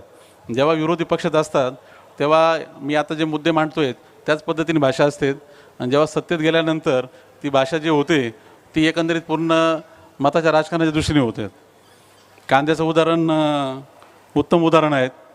जवळजवळ आज 44 वर्ष झाले आहेत कांद्याचे आंदोलन या आपल्या नाशिक जिल्ह्यामध्ये सुरुवात होऊन 44 वर्ष झालेत. तसं पाहिलं तर म्हणजे 44 वर्ष म्हणजे आज जवळजवळ 2 पिढ्या जाऊन तिसरी पिढी येण्याची एकंदरीत वेळ आलीत. किती अवघड प्रश्न असेल, माणसाचा इतिहास जर तुम्ही पाहिला, कोणत्याही प्रकारचे तुम्ही आव्हानं बघा, मनुष्य जातीने सगळे आव्हानं पेलले आहेत आणि सगळ्यावरची उत्तरं माणसाने शोधलीत. मग तुम्ही आपल्या मागच्या 500 वर्षामधल्या काळामध्ये तुम्ही ते नैसर्गिक आव्हानापासून, मग ते आर्थिक आव्हानापासून, मंदीपासून, तेजीपासून, ते कोरोनासारख्या अशा प्रकारचे काही सगळं जागतिक आव्हानापासून, तर मग काही घ्या, कोणतंही नाव घ्या, सगळ्यावरची उत्तर माणसाने शोधलेत. मग 44 वर्षामध्ये असा प्रश्न सुटू शकत नाही का? हा कांद्याचा प्रश्न एवढा अवघड आहे का? पण मुळात जेव्हा उत्तर शोधायचंच नाही आहे, प्रश्न चिघळतच ठेवायचा आहे, मग उत्तर सापडू शकत नाही. खरं कांद्याचा प्रश्न हा पूर्णपणे तांत्रिक प्रश्न आहे. कांद्याचं जे काही घडतं, म्हणजे जे काही सरकार निर्यात बंदी करते, वर्षातले कमीत कमी 2 ते 2.5 महिने अशी परिस्थिती असते. नंतर एक काळ असा असतो की निर्यात बंदी काढलेली असते पण भाव एवढे पडलेले असतात, कारण जरी निर्यात चालू आहेत पण मालच एवढा जास्त पिकलेला असतो का त्याच्यामुळे देशातल्या बाजारात दबाव येऊन तो बाजार पडलेला असतो. आणि तेव्हा म्हणजे 2-3 महिने पूर्णपणे शेतकरी वर्ग एका अर्थाने नाराज, 2-3 महिने शहरातला वर्ग नाराज, आणि त्याच्यामध्ये मग ते नेमकं जर तेव्हा इलेक्शनचा काळ असेल आणि त्याचा जो फटका बसतो सरकारला, आणि त्यामुळे जी धास्ती तयार झालेली की बाबा कांदा हा एकदम सेन्सिटिव्ह विषय आहे, त्या बाबतीत मग पंतप्रधानासारखा माणूससुद्धा तिथं हातबोल होतो. मी आजच एक सकाळी व्हिडिओ बघत होतो डॉक्टर साहेब, 2014चा तेव्हाचा व्हिडिओ आहे, आपल्या जिल्ह्यातला आहे पंतप्रधानांचा, तुम्ही पाहिला असेल, सर्वांनी पाहिला असेल. कांद्याच्या बाबतीत त्यांनी जी भाषा वापरलेली आहे तेव्हा हे कांदा पिकवणारा शेतकरी हा, त्याचे काही उपकार आहे आमच्यावर, मी ग्राहक म्हणून मी कांदा खाल्ला आहे, आणि जसं कोणाचं मीठ खाल्लं तर त्याची हे ठेवावं लागते, त्या माणसाला किंमत ठेवावं लागते आणि त्याची जाण ठेवावं लागते. तर तुमचे कांदे खाल्ले तेव्हा मला तुमच्या बाबतीत माझं जे कर्तव्य आहे त्याचं मला जाणीव आहे आणि मी ते नक्की पुरं करणार, अशा अर्थाने ती क्लिप आहेत. आणि आज जर तुम्ही पाहिलं तर आज या 2024चा इलेक्शनचा काळ आहे, 10 वर्षानंतरचा, आणि पूर्णपणे ते त्याच्या विरुद्ध सरकार वागतं आहेत असा अनुभव आहे. आणि त्यामुळे जे काही कांदा उत्पादक शेतकऱ्यांमध्ये नाराजी आहेत तर ते चित्र काय घडून आणेल ते सांगायची गरज नाही. पण एवढं मोठं म्हणजे आज जर आपण एकीकडे म्हणतो चंद्रयान अभियान आपल्या देशाने आता एक 6 महिन्यापूर्वी यशस्वी केलं, चंद्रावर पोचायचं असे मोठे आव्हानं आपण घेतलेत, पण एक असा कांद्यासारखा प्रश्न 44 वर्ष सोडू शकलो नाही. एका अर्थाने ते म्हटलं तर पूर्ण देशाचं अपयश आहे, पूर्ण व्यवस्थेचं अपयश आहे, सगळ्या राजकीय व्यवस्थेचं, त्यातला कोणी पक्ष असेल ते सर्वांना तो प्रश्न पडायला हवा. मी कोणत्या पक्षाची भूमिका घेत नाही किंवा मी काही राजकीय क्षेत्रात नाही, मी आपलं शेती क्षेत्रामध्ये एक तज्ज्ञ म्हणून माझ्या परीने जे काही काम करायचा प्रयत्न करतो. आणि मला असा प्रश्न पडतो, म्हणजे खरं म्हटलं तर कांदा हा एक नाशवंत उत्पादन आहे. वर्षभरातले काही महिने ते उत्पादन होतं आणि काही महिने होत नाही, त्यामुळे काही महिने त्याचं शॉर्टेज होतं म्हणून भाव वाढतात, त्यामुळं शहरातला ग्राहक नाराज होतो आणि कधी जास्त उत्पादन होतं म्हणून शेतकरी नाराज होतो. आता अशी परिस्थिती जी कांद्यामध्ये आहे ही तसं पाहिलं तर सर्व शेतीमालात आहेत. उलटं काही काही शेतीमालामध्ये तर ते अजून कांद्यापेक्षा जास्त नाशवंत असले शेतीमाल आहे. दूध हे सर्वांना रोजच्या गरजेची वस्तू आहेत आणि दुधाची कल्पना आहे सर्वांना. दूध काढल्यानंतर गाईच्या म्हशीच्या कासेतून दूध काढल्यानंतर ते जर व्यवस्थित त्याची काळजी घेतली नाही तर 4 तासामध्ये खराब होतात. कांदा हे असं उत्पादन आहे, शेतातून काढल्यानंतर कमीत कमी 4 दिवस, तर उन्हाळ्यामधल्या रब्बीमध्ये तर 15 दिवस तर त्याला तुम्ही तसंच ठेवलं तरी काही होणार नाही. आणि नीट ठेवलं तर असं बी त्या स्टोरेज कांद्याच्या चाळीमध्ये तर 2 महिने काही होत नाहीत. म्हणजे जे 4 तासामध्ये खराब होणारी वस्तू आहेत दूध, आणि दुसरीकडे हे 4 दिवस किंवा 40 दिवस खराब न होणारी वस्तू, दोन्हीची तुलना करून आपण थोडंसं समजून घेऊया. दूध हे 4 तासात खराब होणारी गोष्ट आहे. पण तरी पण दुधामध्ये जर तुम्ही पाहिलं, दुधामध्ये भाव असे अपडाऊन नाही होत. दुधामध्ये तुम्ही कधी पाहिलं आहे का 40 रुपये दूध आहेत आणि नंतर महिनाभरानंतर ते 4 रुपये झालं, नंतर परत 4 रुपयाचं ते 50 रुपये झालं, नंतर 50चं परत 6 महिन्यानंतर परत 2 रुपये झालं, असं कधी पाहिलं आहे का? पण ते कांद्यामध्ये होतं. कांद्यामध्ये वर्षातला एक काळ असतो का आपण 100 रुपये कांदा झालेला बघतो, आणि एक वेळ अशी असते का तो पार 40 पैसे झालेला बघतो. कांदा रस्त्यावर फेकला जातो एक वेळेस, आणि दुसरीकडे शहरामध्ये सगळ्यात महाग वस्तू जसं काही कांदाचे आहेत असंही वातावरण तयार होतं. मग दुधामध्ये तुलनेने भाव स्टेबल राहतात. दुधामध्ये दोघांनाही, तर शेतकऱ्याला बी परवडतील अशा प्रकारचे भाव ठेवायला शक्य होतं. भाव कमी जास्त होतात, दुधाच्या भावाच्या बाबतीत बी आंदोलन होतात, पण तुलनेने ते भाव असे जे काही कांद्यासारखे असे अपडाऊन होत नाहीत. ते ₹1-2 रुपयांनी खाली येतात, परत 2-4 रुपयांनी वाढतात. असं एकीकडे ते दुधामध्ये म्हणजे एक शेतकऱ्याच्या बाजून स्टॅबिलिटी, ग्राहकाच्या बाजूने जर पाहिलं तर वर्षात दुधाचा भाव बदलला तर फार झाला तर वर्षातून एकदा दोनदा बदलतो, आणि जो बदलला तरी 1000 रुपयांनी कमी जास्त. 40 रुपयाचा 41 रुपये झाला, किंवा 41 रुपयाचा 40 रुपये 39 रुपये झाला, अशा प्रकारचे बदल होतात, फार काही होत नाहीत. मग दुधामध्ये हे जर शक्य झालं तर कांद्यात काय शक्य होत नाही? कांद्यामध्ये एक स्टॅबिलिटी जर आली, अशाच पद्धतीने भाव जर स्टेबल राहिलेत, जिथं दोघांचं समाधान आहे, ग्राहकाचं आहे आणि शेतकऱ्याचं आहे, तर प्रश्न राहतो कुठे? आणि मग दुधाचा प्रश्न जर आपण सोडू शकलो, देशातलाच आहे, हे उत्पादन देशातलं आहे. दूधसुद्धा असं जे का छोटे छोटे शेतकरी पिकवतात, ज्याच्याकडे 1 गाय आहे, 2 गाय आहे, असे शेतकरी, का छोटे शेतकरी आहेत, ज्याला स्वतःची मार्केटिंग व्यवस्था नाही आहेत, असेच सगळे शेतकरी आहेत. 99% शेतकरी तसेच आहेत. म्हणजे दुधावाला शेतकरी घ्या आणि कांद्यावाला शेतकरी घ्या, दोघांची साधारण परिस्थिती सारखीच आहेत. मग दुधामध्ये स्टॅबिलिटी आहेत, कांद्यात का नाही? मग दुधात जर तुम्ही आणू शकता, कांद्यात बी आणू शकतात. खरं या अर्थाने म्हणजे तांत्रिक अर्थाने पाहिलं तर तशी एकंदरीत परिस्थिती आहे, पण होत नाही. 44 वर्ष झाले आपण तिथंच आहोत. मुद्दा मला एवढाच याच्यातून मांडायचा आहे का शेतीचे सगळे जे प्रश्न आहे हे तांत्रिक प्रश्न आहेत. तांत्रिक अर्थाने जर पाहिलं आपण शेतीकडे तर एक वेगळं चित्र तयार होऊ शकतं, एक वेगळ्या प्रकारची व्यवस्था उभी राहू शकते. पण जर शेती तुम्हाला राजकारणाच्या अर्थानेच बघायची असेल तर मग गुंता कधी सुटणार नाही. कांद्याच्या बाबतीत खरं म्हटलं तर सर्वांना कळतं का गुंता सुटायला पाहिजे, कायमचा विषय संपायला पाहिजे, पण कोणी त्यासाठी जो वेळ द्यायला पाहिजे तो द्यायला तयार नाहीत. इलेक्शनच्या दृष्टीने जर पाहिलं किती डोकी कोणत्या बाजूला आहे याच्यानुसार भूमिका प्रत्येकाची ठरते, प्रत्येक पक्षाची. कांदा पिकवणारा शेतकरी सगळ्या जर तुम्ही संख्येच्या स्वरूपात मोजला, पुऱ्या महाराष्ट्रामध्ये किंवा पुऱ्या देशामध्ये साधारण कांदा पिकवणारे शेतकरी 10 लाखाच्या दरम्यान आहेत, आणि पूर्ण महाराष्ट्रापुरता विचार केला तर साधारण 6 लाखाच्या दरम्यान शेतकरी कांदा पिकवतात. जेवढं क्षेत्र आहे ते क्षेत्र तुम्ही साधारण पर फार्मर जर ते 1 हेक्टरनी जोडलं तर साधारण तेवढा आकडा येतो. म्हणजे 6 लाख शेतकरी जे महाराष्ट्रामध्ये कांदा पिकवत आहेत, त्यात मी खास करून नाशिक, नगर हा सगळा परिसर, धुळे हा जो भाग आहे, इथे फक्त 3 हंगाम कांदा पिकतो, आणि त्यामुळे तिथे सर्वात जास्त तुम्हाला असंतोष दिसतो. बाकी भागामध्ये सीजनल कांदा पिकवतो, त्यामुळे तिकडे तुलनेने कमी असतो. कांदा पिकवणारे तर खरं म्हटलं तर जवळजवळ 15 ते 16 राज्य आहेत, पण सर्वात जास्त प्रश्न आपल्याला दिसतो महाराष्ट्रात आहे तो नाशिक, नगर, धुळ्याच्या आजूबाजूला. कारण 3 सीझन, त्यात रब्बीचा मुख्य सीझन आपण पिकवतो. तर एवढे जे शेतकरी आहे ते साधारण 5 ते 6 लाख शेतकरी पिकवणारे, आणि दुसरीकडे खाणारे वर्ग, कांदा खाणारे किती लोक आहेत देशामधल्या 142 कोटीपैकी? तसं पाहिलं तर जैन समाज सोडला तर प्रत्येक व्यक्ती कांदा खातो. म्हणजे साधारण 1.5-2 कोटी सोडले तर 140 कोटी लोक कांदा खातात. मग राजकारणाच्या हिशोबाने लोकशाहीमध्ये प्रत्येक व्यक्तीला एक मत आहेत, असे जे लोकशाहीचा आपला बेसिक जो आपला व्यवस्था आहेत, म्हणजे अंबानीला एक मत आहेत आणि सर्वसाधारण माणसाला एक मत आहेत. अशा व्यवस्थेमध्ये म्हणजे कोणत्या बाजूला किती डोकी आहेत याच्यानुसार भूमिका ठरतात. ती योग्य का अयोग्य, एखाद्या व्यक्तीसाठी न्याय का अन्याय हा मुद्दाच राहत नाही. राजकारणाची जेव्हा वेळ येते तेव्हा फक्त जास्तीत जास्त डोकी आपल्या बाजूला आणायची, अशा असताना सगळे भूमिका घेतल्या जातात. आणि ते कांदा एक आपला उत्तम उदाहरण आहे की की शेतीचा सगळा खेळ कसा झालेला आहे. मग 120 कोटी लोक कांदा खात आहेत, 6 लाख कुटुंब, मग त्यांच्या घरातले 2-2, 3-3 मतं जरी जोडले फार झाले तर 25-30 लाख लोक, ती लोक नाराज झाले काय, तर ते मेले काय, तर त्यांनी मत दिलं नाही, काय फरक पडतो. उरलेले लोक आपल्या हातात यायला पाहिजेत, त्या अर्थाने सगळ्या भूमिका घेतल्या जातात आणि त्यामुळे सगळ्या शेतीचा खेळ होतो.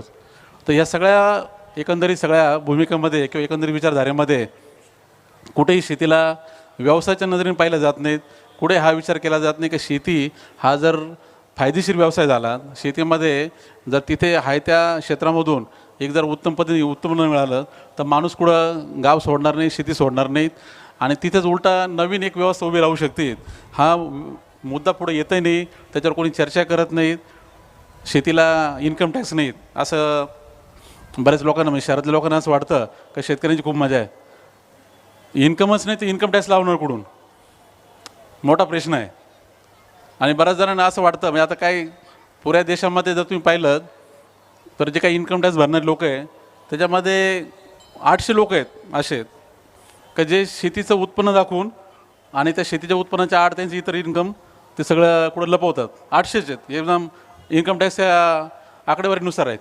आता त्या 800 लोकांच्या मागे एकंदरीत जी काही भूमिका तयार होती का काही लोकांना शेतीचं उत्पन्नाचा फायदा मिळतो आहे आणि मग त्याच्यामुळे इतर वर्गाला वाटतं की शेतकऱ्याचे लाळ होत आहेत आणि शेतकऱ्यांना काही सरकार काहीतरी वेगळं काहीतरी सवलती देत आहेत.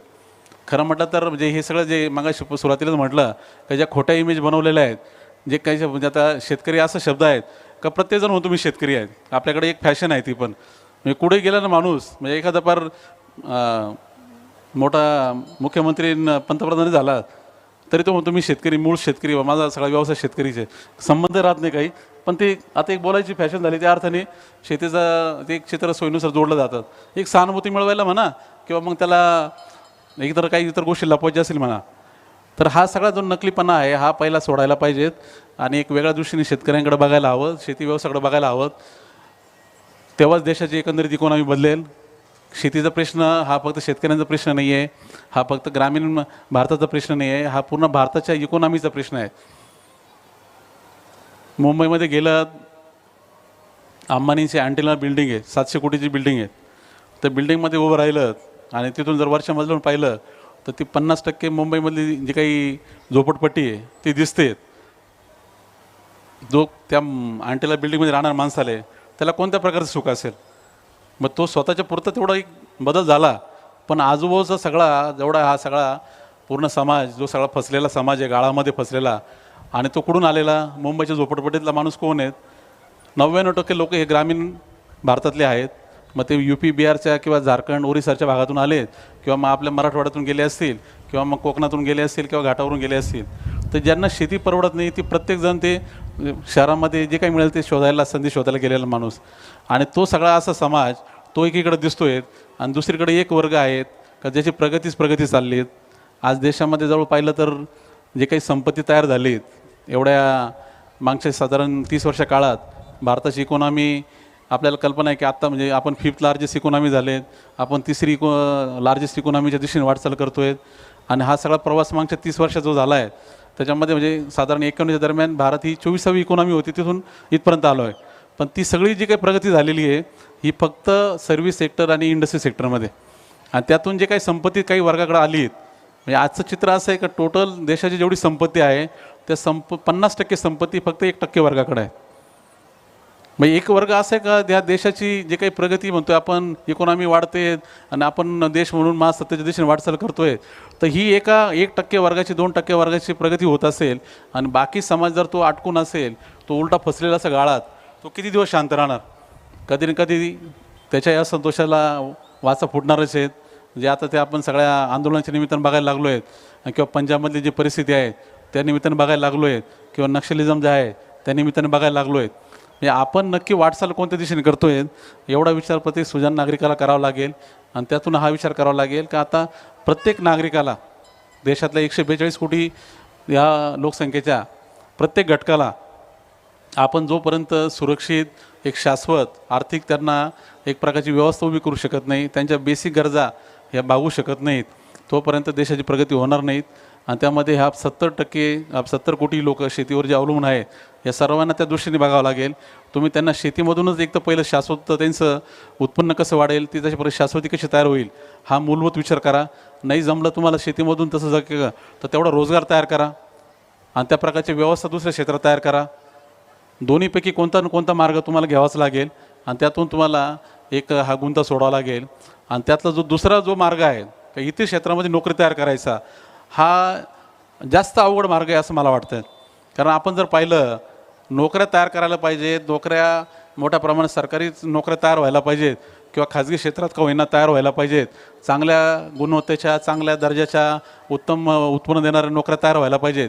अपेक्षा करणं ठीक आहे, पण आज 2024मध्ये जर पाहिलं तर तुम्ही कोणत्याही क्षेत्रामध्ये जा, तुम्ही IT सेक्टरमध्ये जा, नाही तर तुम्ही ॲटोमोबाईल सेक्टरमध्ये जा, नाही तर अजून तुम्ही एखाद्या MIDCतल्या कोणत्या फॅक्टरीत जा, प्रत्येकजण काय म्हणतो आहे, 4 माणसाच्या ऐवजी 3 माणसामध्ये कसं काम होईल, 3च्या ऐवजी 2 माणसात कसं काम होईल. त्या दृष्टीने मग प्रत्येकजण ॲटोमेशनचा विचार करतो आहे, आर्टिफिशियल इंटेलिजन्सच्या दृष्टीने विचार व्हायला लागला आहेत, IoT डिव्हायसेसचा विचार व्हायला लागला आहेत. का माणसं कसे कमी करता येतील, प्रत्येक फॅक्टरीत, प्रत्येक ऑफिसमध्ये, कुठेही जा तुम्ही, बँकेत जा, नाही तर एखाद्या सरकारी एखाद्या कार्यालयात जा, माणसं कशी कमी करता येतील, माणसांचं भार कसा कमी करता येईल, अशाच प्रकारची धोरणं चालले प्रत्येक सेक्टरमध्ये. मग असं जर असेल तर मग शेतीतली एवढी ही जी काही अटकली लोकं आहे, त्यांना तुम्ही कुठं त्यांना सामावून घेणार, त्यांना कुठं रोजगार देणार. प्रत्येकाला नोकरी पाहिजेत, नोकरी मागणारे सगळे झालेत, नोकरी देणारे काही कोणी दिसत नाहीत. इंडस्ट्री ज्या पद्धतीने तयार व्हायला पाहिजेत, ज्या पद्धतीने नोकऱ्या मोठ्या प्रमाणात तयार करायला तशा प्रकारचे धोरणं व्हायला हवेत, तसे काही दिसत नाहीत. सकाळीच म्हणजे आज आम्ही आज एक महत्त्वाच्या व्यक्तीबरोबर भेट करून आलो. टाटा चेअरमन, त्यांच्याबरोबर आम्ही दुपारी आज त्यांच्या ऑफिसमध्ये होतो आणि काही आपल्या नाशिकमध्ये एक ॲग्री इनोव्हेशन हब उभं करायच्या दृष्टीने काही चर्चा चालली होती. मुद्दा जो त्यातला एक होता, म्हणजे आता टाटा सर्वांना कल्पना आहे की टाटा ही देशामधले सर्वात जास्त रोजगार देणारी कंपनी आहेत आणि जे काही त्यांनी आपल्या अर्थव्यवस्थेमध्ये जे काम केलं आहे त्याची सर्वांना कल्पना आहेत. म्हणजे सरकार जेवढ्या नोकऱ्या आज देतं आहे त्यापेक्षा जास्त टाटामधून नोकऱ्या तयार झाल्या.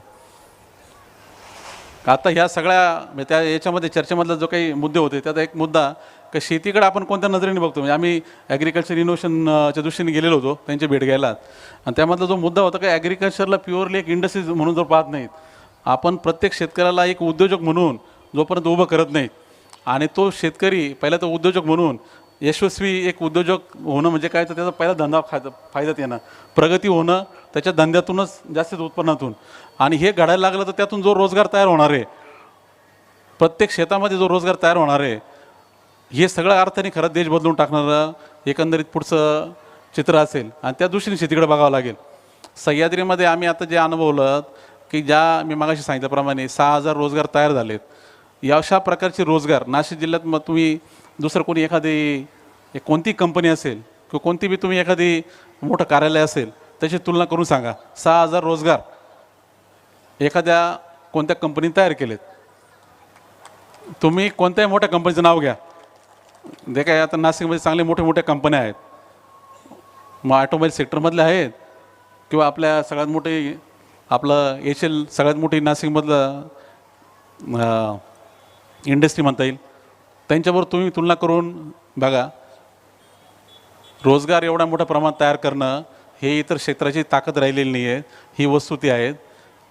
शेतीकडं नवीन नजरेने बघावं लागेल. शेती हा खरं म्हटलं तर आता नुसतं आपल्याला धान्य आणि किंवा बेसिक काही अन्न देणारा व्यवसाय नाही आहे, तर याच्यामध्ये एक पूर्ण मोठी ऊर्जा, ती एक पूर्ण देश बदलून टाकण्याची ऊर्जा त्याच्यामध्ये आहेत. IT सेक्टर आम्ही येताना बोलत होतो की TCS ही आज सगळ्यात मोठी देशातली कंपनी, सर्वात मूल्यवान कंपनी आहे, जवळजवळ 14 लाख कोटीची तिचं मूल्य असलेली कंपनी आहे. आता ती TCS जवळजवळ 6 लाख लोकांना रोजगार देतात आणि त्याच्याबरोबर IT सेक्टरमधून जवळजवळ 25 लाखच्या वरती रोजगार मागच्या 30 वर्षात उभे राहिलेत. 90च्या आधी काही नव्हते, अशा प्रकारचं कोणतंही असं चित्र देशामध्ये नव्हतं, मागच्या 30 वर्षात उभं राहिलं आहे. हे कशामुळे उभं राहिलं तर एक नवीन प्रकारचं सेवा क्षेत्र या IT सेक्टरच्या माध्यमातून पुढं आलं आणि ते पूर्ण जगाच्या बाजारपेठेकडे बघून आपण ते उभं केलं.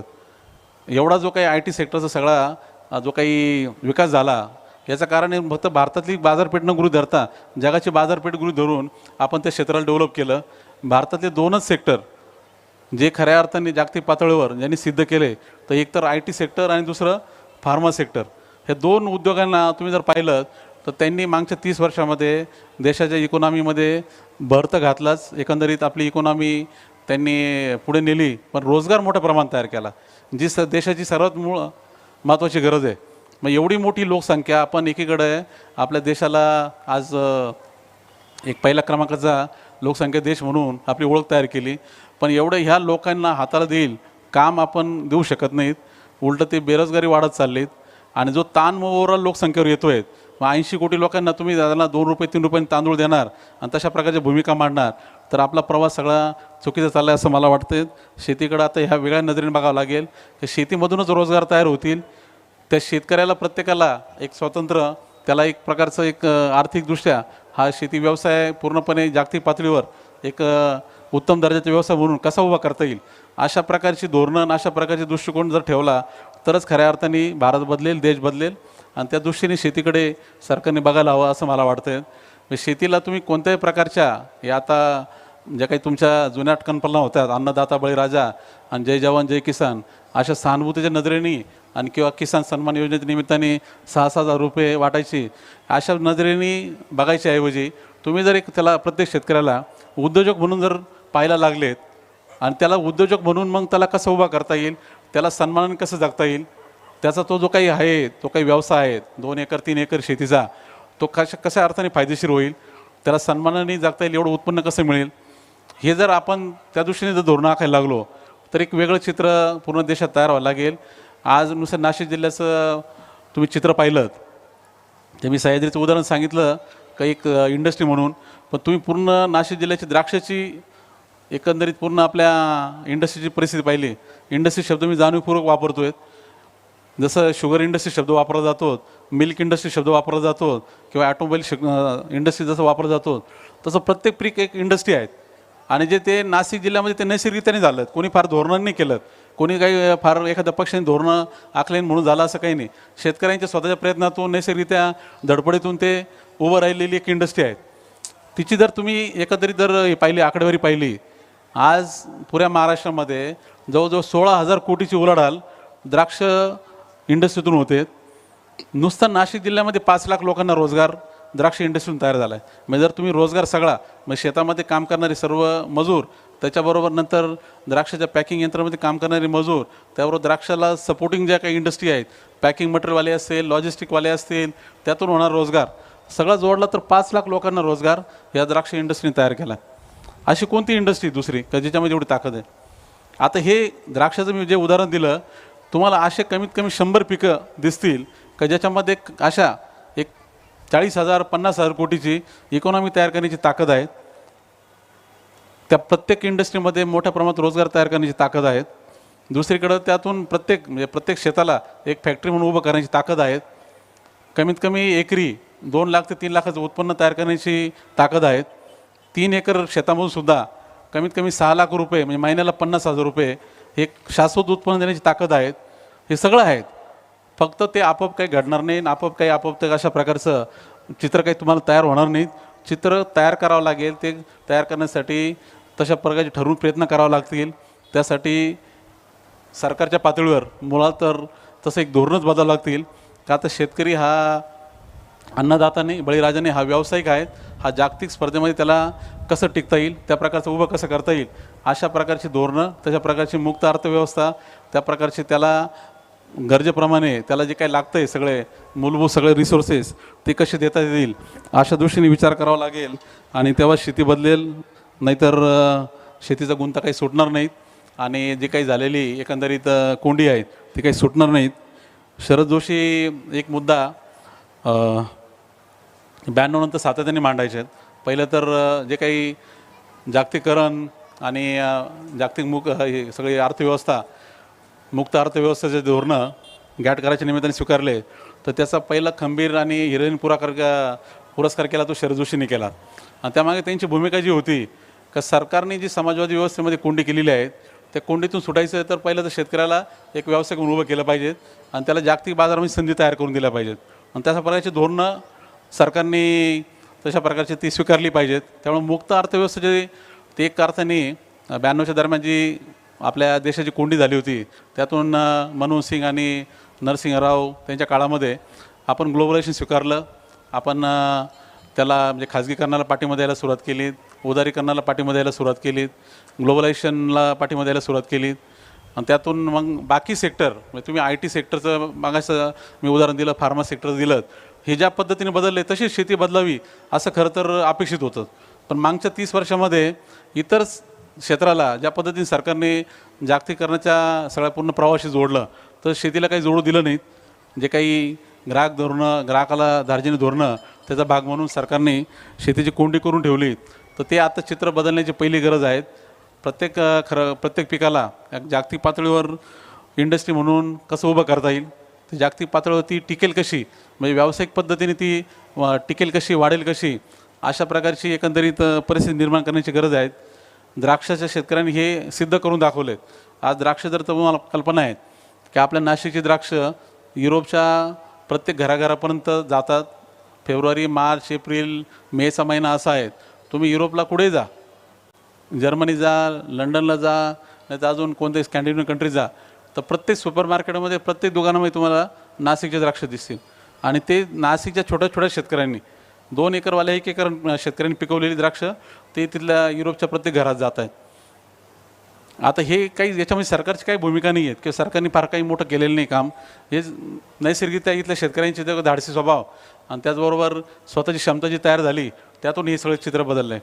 मग द्राक्ष जर अशा पद्धतीने दिसू शकतात तर प्रत्येक गोष्ट का आपल्या शेतीमाल, मग ते तुमचं केळी डाळिंब्यापासून तर आंब्यापासून तर मग कांद्यापासून तर मसाल्यापासून तर डाळी साळीपासून प्रत्येक गोष्ट का दिसू शकत नाही? 100% दिसू शकते. आपल्याकडे तयार झालेली उदाहरणं आहेत, आपण सिद्ध केलेली ही मॉडेल आहेत. आपल्याकडे जर द्राक्ष अशा पद्धतीने डेव्हलप झाले, दूध असाच व्यवसाय आहेत, दूध छोट्या छोट्या शेतकऱ्यांनी तयार केलेलं अमूलसारखे मॉडेल आपल्याकडे आहेत. आपण सर्व आज अमूलचं दूध घेताना आपण काय विचार करतो? सर्वोत्तम दर्जाचं दूध आहे म्हणून घेतो, सर्वोत्तम दर्जाची अमूलची गुणवत्तायुक्त उत्पादन आहे म्हणून घेतो. हा विचार नाही करत का अमूलचे शेतकरी छोटे छोटे शेतकरी आहेत, बिचाऱ्यांना मदत होईल म्हणून जरा सहानुभूती म्हणून अमूलचं दूध घ्या, अमूलचं माल घ्या. कोणी घेत नाही. म्हणजे आपण त्यांना तिथं जो काय घेतो माल हा सर्वात बेस्ट, म्हणजे नेस्लेपेक्षा, ब्रिटानियापेक्षा अमूलचं आईस्क्रीम चांगलं आहे, अमूलचं श्रीखंड चांगलं आहेत म्हणून घेतो. म्हणजे पूर्णपणे व्यावसायिक पद्धतीने आपण त्याच्याकडे बघतो, त्या दुधाकडे बघतो. किंवा युरोपमधला कोणी द्राक्ष खात असेल एखादा ग्राहक, तो काही भारतातल्या शेतकऱ्यांना काही सहानुभूती दाखवायला, मदत करायला घेत नाही. त्याला जे पर्याय आहेत भारतातल्या द्राक्षाबरोबर साऊथ आफ्रिकेचा, चिली, पेरूचा, त्याच्यापेक्षा भारतातले द्राक्ष उत्तम आहेत म्हणून घेतो. म्हणजे ग्राहक पूर्णपणे जो एक त्याच्या स्वतःच्या नजरेतून का उत्तम माल आहेत, वाजवी दरात आहेत म्हणून स्वीकारतो. आणि तशाच प्रकारचा माल तो शेतकरी पुरवतो, तो द्राक्षाचा किंवा दुधाचा, तर तो प्रत्येक शेतकरी भारतातला करू शकतो आणि त्यातून सगळी इकॉनॉमी पूर्ण डेव्हलप होऊ शकते. ही खरी एकंदरीत दिशा असायला पाहिजेत. आणि त्या दृष्टीने सरकार जर भूमिका घेत असेल, पक्ष कोणताही असेल, तर भारताची सर्वच पूर्ण इकॉनॉमीच वेगळी पातळीवर गेलेली असेल, ग्रामीण पूर्ण भारताचं चित्र बदलले असेल. एवढंच मला या निमित्ताने सांगावंसं वाटतं. डॉक्टर अब्दुल कलामांची एक संकल्पना ते राष्ट्रपती असताना ते सातत्याने मांडायचे. पुरा हा त्या संकल्पनेचं ते नाव होतं. पुरा म्हणजे इंग्लिशमधलं ते शॉर्ट फॉर्म होतं, providing urban amenities in rural area. Doctor Abdul Kalam यांचं याच्यामागचा जो विचार होता की जगभर, नाही ते भारतातलाच नाही तर आफ्रिकेत जा किंवा जगातल्या कोणत्याही डेव्हलपिंग कंट्रीमध्ये जा, तर हा बेसिक प्रश्न आहे की ग्रामीण भागातील लोक शहरी भागाकडे स्थलांतरित होत आहेत, शेतीतली लोक दुसऱ्या क्षेत्रात स्थलांतरित होत आहेत. आणि ते का होत आहेत? तर नैसर्गिकरित्या प्रत्येक माणसाला वाटतं आहे का माझ्या मुलांना, माझ्या फॅमिलीला उत्तम सुविधा मिळाव्यात, तर शिक्षणाच्या असतील, आरोग्याच्या असतील किंवा इतर सगळ्या सुविधा असतील ते मिळाव्यात. आणि त्या मला गावात मिळत नाहीत, माझ्या शेतीत मिळत नाही, म्हणून मला बाहेर स्थलांतरित व्हावं लागतं. म्हणजे आज आपल्या गंगापूर रोडला कोणी राहत असेल, आपल्या नाशिकच्याच एखाद्या छोट्या खेड्यागावातून येऊन राहत असेल, तर का राहतो? तर खेड्यागावात त्या प्रकारचं शिक्षणाची सुविधा नाहीत ज्या मुलांना मिळायला हव्यात, आरोग्याच्या सुविधा नाहीत, म्हणून तो गंगापूर रोडला राहून तिथल्या चांगल्या शाळेमध्ये मुलाला टाकतोय आणि त्याचबरोबर इथल्या काही ज्या सुविधा असेल त्याचा उपभोग घेतोय. गावातच जर मिळालं तर तो कशाला येईल गंगापूर रोडला? गावामध्ये जे घर तो जे 10 लाखात बांधू शकतो ते गंगापूर रोडला येऊन 50 लाख रुपये त्यांनी का खर्च करावेत? काहीच कारण नाहीत. उलटं ते गावातच राहिलं तर शुद्ध हवा आहेत, सगळं चांगलं वातावरण आहे, प्रत्येकाला ते पाहावं असं आहे. पण नुसतं वातावरण होत नाही, त्याबरोबर बाकीच्या सुविधा बी प्रत्येकाला अपेक्षा असतात. माणूस नैसर्गिक त्याचा विचार करतो आणि ते जे काही घडतं आहे म्हणजे अशा प्रकारचं स्थलांतर ते थांबवायचं असेल तर जिथे तो माणूस जन्माला आला, जिथे तो राहतोय तिथंच त्याच्या व्यवस्था कशा उभ्या राहतील असा विचार करावा लागेल. आणि ते उभं करायचं असेल तर तिथली इकॉनॉमी उभी करावं लागेल, त्या गावची इकॉनॉमी उभी करावं लागेल, तिथंच प्रकारचं तेवढं शाश्वत आर्थिक उत्पन्न तयार करावं लागेल. आणि मग त्या अर्थाने तिथले जे उत्पादनं आहेत मग तिथले जे काही असतील, मग आता नाशिक जिल्ह्यातलं तुम्ही कसमाते भागात गेलं तर कांदा असेल, किंवा निफाड तालुक्यात गेलं तर द्राक्ष असेल, किंवा मग कोकणात जर गेले तर तिथले मासे असतील, किंवा मग गडचिरोलीला गेलं तर तिथं बांबू असेल, जे काही असेल निसर्गाने दिलेले असे जे काही सगळे साधनं आहेत, उत्पादनं आहेत, त्याला एक इंडस्ट्रीज म्हणून उभं करावं लागेल, इकोसिस्टम म्हणून उभं करावं लागेल. जे सगळ्या त्या कम्युनिटी म्हणून कशा उभ्या राहतील, म्हणजे सरकार असो नसो तरी इकॉनॉमीज डेव्हलप झाली तर ॲटोमॅटिकली विकास व्हायला लागेल. तो कोणासाठी थांबणार नाही. नाही तर आज गावातमध्ये एक छोटा मोठी गटार जरी दुरुस्त करायची तर मग तिथलं सरपंच आपला पंचायत समिती जातोय, झेडपीला जातोय आणि काय अनुदान मिळेल का बघतोय. तालुक्याचा आमदार आहे तो आपला मुंबईला जातोय आणि मंत्र्याकडे जाऊन चक्कर मारतोय का तालुक्यातले रस्ते जे आहे ते दुरुस्त करायला फंड द्या. राज्याचे मंत्री आहे ते केंद्रात जात आहेत, केंद्रातील मंत्री आहे ते जागतिक बँकेकडे जात आहेत. म्हणजे सगळे वरती सगळे बघतायत का वरून काहीतरी येईल. खाली जर आर्थिक ताकद तयार झाली तर कोणत्याही प्रकारची अशी धोरणं आणि अशा प्रकारचा उलटा प्रवास करायची गरज नाहीत. तर तशा दृष्टीने आता विचार करायची गरज आहे की तळागाळामध्ये तिथला प्रत्येक माणसाला इकॉनॉमिकली स्टेबल करायला ग्रामीण भागातली जेवढी साधनं आहेत, जी काही पिकं असतील ती सगळी ती पिकं इंडस्ट्री स्वरूपात उभी राहणं, स्वयंपूर्ण इंडस्ट्री ती सेल्फ सस्टेनिंग मोडमध्ये कशी जाईल अशी जर सगळी धोरणं आखली गेली तर बदल होईल आणि तेव्हाच खऱ्या अर्थाने इकॉनॉमीमधला बदल दिसेल. शरद जोशी अजून एक मुद्दा मांडायचे आहेत. याची जी काही एकंदरीत परिस्थिती आहे आपली आता ही ते दुसऱ्या महायुद्धातील परिस्थितीची तुलना करून सांगायचे आहेत का दुसऱ्या महायुद्धामध्ये जे झालं तर दोस्त राष्ट्र आणि त्याचबरोबर जे पराभूत राष्ट्र आहेत त्यांच्यामध्ये जो काही एक मोठ्या प्रकारची हे दरी तयार झालेली होती. आपल्याला कल्पना आहे की दुसरं महायुद्ध का झालं तर पहिल्या महायुद्धाचा जो असंतोष होता त्यातून झालं. मग जर्मनीवर ज्या प्रकारच्या अटी फ्रान्स आणि इंग्लंडने लादल्या त्यामुळे दुसरं महायुद्ध हिटलर तयार झालं आणि ते झालं. आणि ते दुसऱ्या महायुद्ध तिसरं महायुद्ध जर व्हायचं नसेल तर जी काही दोस्त राष्ट्र जी जिंकलेली विजयी राष्ट्र आहेत त्यांना ती पराभूत राष्ट्र म्हणजे जर्मनीला जपानला उभं करावं लागेल. त्यासाठी तशी गुंतवणूक करावं लागेल आणि ती जी काही धोरणं आखली गेली त्याला मार्शल प्लॅन म्हटलं गेलं. तर त्यातून म्हणजे अमेरिका, इंग्लंड, फ्रान्स जी देश म्हणजे दोस्त राष्ट्र जी जिंकलेली त्यांनीच जर्मनीला उभं करायला, जपानला उभं करायला त्यांनी पुढाकार घेतला आणि जपानची आणि जर्मनीची अर्थव्यवस्था त्यांनी उभी केली. आज जगामध्ये आज तिसऱ्या क्रमांकाची, चौथ्या क्रमांकाची अर्थव्यवस्था ही जर्मनी आणि जपानची आहे. म्हणजे दुसऱ्या महायुद्धामध्ये पूर्ण उद्धूस झालेली राष्ट्र होती. पण त्यांना उभं करायला दोस्त राष्ट्रांनीच पुढाकार घेतला. त्यातून तिसरं महायुद्ध तर टाळलं गेलं पण जगाची पूर्ण प्रगती झाली. आपली एकंदरीत जी शेतीची जी कोंडी आहे तशीच आहेत. आधी जे काही समाजवादी व्यवस्थेमध्ये जे काही सगळे सरकारच्या धोरणाचा भाग म्हणूनच शेतीतलं भांडवल काढायचं काम केलं गेलं, शेतीला तोट्यात न्यायचं काम केलं गेलं, त्यातून जे काही शेतकरी समाज कर्जाच्या सगळ्या खाईत ढकलला गेला, त्यातून जे काही सगळ्या प्रकारचा अनरेस्ट तयार झाला आहे, आत्महत्येपर्यंत लोक पोहोचले आहेत आणि जी काही कोंडी झालेली आहे ती कोंडी जर फोडायची असेल तर आता ज्या क्षेत्राने शेतीतलं भांडवल काढलं, ज्यांनी शेतीला एक अर्थाने पूर्ण शोषण करत दिलं त्यांनाच पुढाकार घेऊन शेतीमध्ये तशा प्रकारची गुंतवणूक करावं लागेल. सरकार ज्यांनी मागच्या एक 40-50 वर्षा काळामध्ये किंवा इंग्रजांच्या काळापासून सगळं शेतीचं शोषण केलं तर त्यांना ते जे काही केलेलं सर्व त्याची शोषणाची भरपाई काढायची असेल तर तेवढ्या मोठ्या प्रमाणात शेतीमध्ये गुंतवणूक करावं लागेल. त्या प्रकारची व्यवस्था उभी करावं लागेल. वरवरच्या योजना नावाला काहीतरी अशा 2,000 रुपये 4,000 रुपये महिन्याला देण्याच्या योजना आणि किंवा मग काहीतरी तुटपुंजा कुठंतरी छोट्या मोठ्या सबसिडी या अशा पलीकडे विचार करावा लागेल. मोठ्या प्रमाणात भांडवल गुंतवणूक शेतीमध्ये कशी होईल, त्याचबरोबर शेतीमध्ये तंत्रज्ञान कसं मोठ्या प्रमाणात येईल, शेतीकडे टॅलेंट कसं अट्रॅक्ट होईल, जो काही तरुण वर्ग जो इतर क्षेत्रामध्ये कर्तृत्व दाखवतोय तो शेतीकडे परत कसा ओढला जाईल, अशा प्रकारची एकंदरीत भूमिका आता घ्यावी लागेल. त्यासाठी तशा प्रकारच्या बजेटची तरतूद करावं लागेल. हिंद असं जे काही आता सध्या शेतीवर आपण बजेटमध्ये जी तरतूद करतो 2%, 3% बजेटचा, याच्या पलीकडे विचार करावा लागेल. पूर्णपणे एक मोठी इंडस्ट्री या शेतीच्या माध्यमातून ग्रामीण भागात उभी राहू शकते, रोजगार मोठ्या प्रमाणात तयार होऊ शकतात आणि त्या अर्थाने भरपाई आपल्याला अर्थव्यवस्थेला करावं लागेल अशी भूमिका सर्व पक्षांनी घेतली तर एक वेगळं चित्र तयार होईल. मार्शल प्लॅन शेतीमध्ये कशा पद्धतीने असा राबवता येईल हा सगळा जर शेती बदलण्याच्या दृष्टीने सर्व राजकीय पक्षांनी पुढाकार घेतला आणि तशी धोरणं आखली तर मला वाटतं खऱ्या दिशेने आपण योग्य दिशेने चाललो असं म्हणायला काही हरकत नाही. या शेतकऱ्यांच्या सर्व जे काही अपेक्षा खरं म्हणतात हे मी थोडं माझ्या अपेक्षा मांडल्या असं म्हणायला काही हरकत नाही. सर्वसाधारण शेतकऱ्याच्या नजरेने पाहिलं तर आता भरपूर गोंधळ आहेत.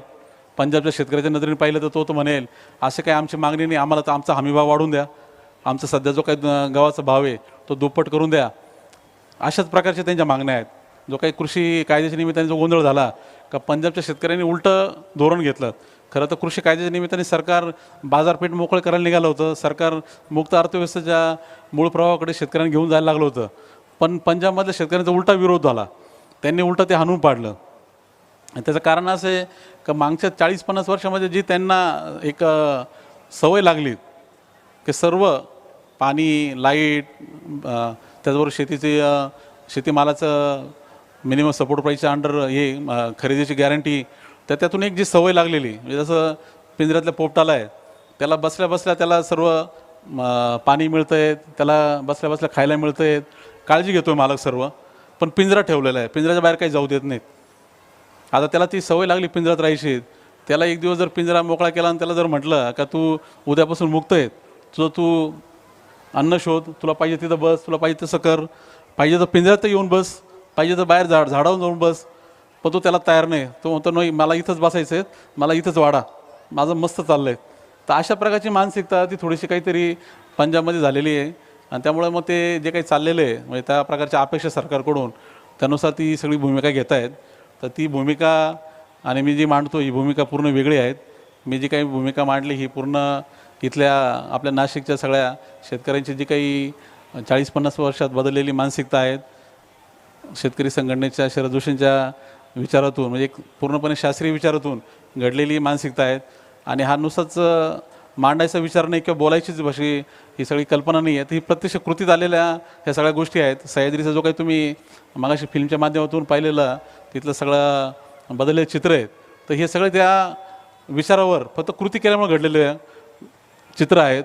जे काही 12-13 वर्षामध्येच म्हणजे काही फार मोठा प्रवास नाही आहे. सह्याद्रीचा प्रवास फक्त 12 वर्षाचा प्रवास आहे आणि 12 वर्षामध्ये बदललेले चित्र आहेत. याच्यामध्ये सरकारचं योगदान खरं म्हटलं तर आता मी खरं तर म्हटलं तर कोणाला म्हटलं तर राग येईल, पण खरोखर सह्याद्रीच्या प्रवासामध्ये एकही कोणत्याही पक्षाचं किंवा कोणत्याही व्यक्तीचं कोणाचंच काही योगदान नाही. बऱ्याचदा सह्याद्रीच्या बाबतीत जे काही चर्चा होते नाशिक शहरामध्ये, डॉक्टर साहेब जोडलं जातं नावं, बरोबर आहे ना, की हे सह्याद्री म्हणजे याचा कोणातरी हात आहे, याचा कोणातरी त्याच्या मागे सपोर्ट आहे, या राजकीय व्यक्तीचा त्या व्यक्तीचा नावं घेतले जातात. पण मला तुम्हाला इथं आता या सार्वजनिक व्यासपीठावरून सांगायचं आहे, 2010ला जेव्हा सह्याद्री सुरुवात झाली तिथून तर 2018पर्यंत आम्ही काय करतो आहे, सह्याद्री नक्की ही संस्था काय उभी राहते, कोण पुढाकार घेते, कशासाठी घेते, ना आम्ही कोणाला सांगायला गेलो ना कोणाकडे काय मागायला गेलो, सांगायला सुद्धा गेलो नाही कोणाला का आम्ही असं काही करतो आहे आणि त्यासाठी कोणी मदत करावी काय करावी. सरकारच्या कोणत्याही योजनेला आणि सबसिडीला आणि कशाला तर आम्ही त्याला अप्लायसुद्धा केलं नाही, ठरवून नाही केलं. कारण भूमिका आमची जी होती का शेतीमध्ये जे काही बदल व्हायचे असतील तिथंमध्ये काही जर काही आपल्याला अपेक्षित असलेलं प्रगती व्हायची असेल तर आपल्यालाच आपली व्यवस्था उभी करावी लागेल. आपण फक्त अपेक्षा करत राहायच्या सरकारकडून का केंद्राने असं करावं, राज्याने असं करावं, तर त्या अपेक्षा तर भरपूर झाल्या. 70 वर्ष काही बदल नाहीत. कशाला अपेक्षा करत बसायच्यात आणि कशाला दोष देत बसायचं, कशाला नुसतं आंदोलन करत बसायचं. त्यापेक्षा आपलीच ताकद तयार करू, आपणच आपली ताकद एवढी तयार करू आणि प्रश्न आपणच आपल्या ताकदीवर सोडू. आपण सरकारकडून काही अपेक्षा करण्यापेक्षा आपली क्षमता जर आपण अशी तयार केली की ज्यातून कोणताही प्रश्न घ्या तुम्ही, मग ते एखादं निसर्गाचे आव्हानं घ्या, मार्केटचे आव्हानं घ्या, आपण सोडू शकतो. तर तसा विचार करूया, तसा पुढाकार घेऊया, तशी क्षमता तयार करूया आणि त्या दृष्टीने आम्ही काम करत राहिलो. सह्याद्री सर्व टीम, सह्याद्री सर्व सभासद काम करत राहिलेत आणि एक आता टप्पा असा आला आहे कमीत कमी आमच्या पिकामध्ये, द्राक्ष पिकामध्ये जे आमचं मुख्य पीक आहे त्याच्यातले सर्व प्रश्न असतील नसतील ते प्रश्न, मग ते मार्केटचे प्रश्न असतील नाहीतर मग ते एखाद्या नवीन व्हरायटी शोधण्याचा विषय असेल, नाहीतर मग ते एका आपल्या द्राक्ष संबंधित तुम्ही रोग कीड नियंत्रणापासून तर तुम्ही काय नाव घ्याल त्या सगळ्यामध्ये सरकारपेक्षा जास्त आम्ही सक्षम झालो आहे आमचे प्रश्न सोडवायला. आम्हाला काही कोणाकडून सरकारकडून काही अपेक्षा ठेवायची गरज नाही, आम्हाला काही कोणावर अवलंबून राहायची गरज नाही. आता हे 10-12 वर्षात घडले, फार काही जुना काळ नाही आहेत, बघता बघता घडलं आहेत.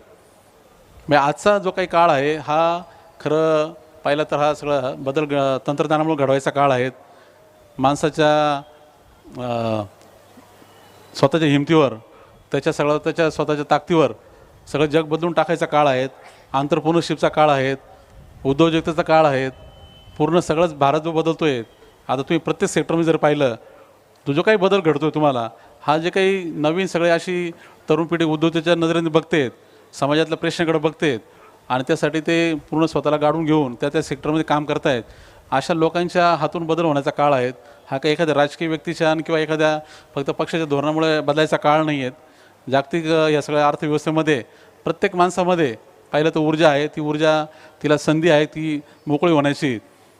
शेतीमध्ये पण त्याच दृष्टीने आता बदल होत आहेत आणि तसे बदल मोठ्या संख्येने घडून आणावं लागतील. सरकारने नवीन काही धोरणं नाही आखलेत, नवीन कोणत्या प्रकारचे ते मार्शल प्लॅन आणला, पण फक्त शेतीची कोंडी करायचं बंद केलं, शेतकऱ्यांच्या वाटा अडवायचं काम बंद केलं, तरी पण शेतकरी समृद्ध व्हायला आणि सुखी व्हायला काही अडचण नाही आहे. त्या प्रकारचे तसे मॉडेल तयार व्हायला लागलेले आहेत, लोक त्यापासून प्रेरणा घ्यायला लागलेले आहेत. 2010ला जेव्हा सह्याद्री सुरुवात झाली होती, देशामध्ये फक्त 50 शेतकरी उत्पादक कंपन्या रजिस्टर झालेल्या होत्या. आज 24,000 शेतकरी उत्पादक कंपन्या तयार झाल्यात. कशामुळे झाल्यात?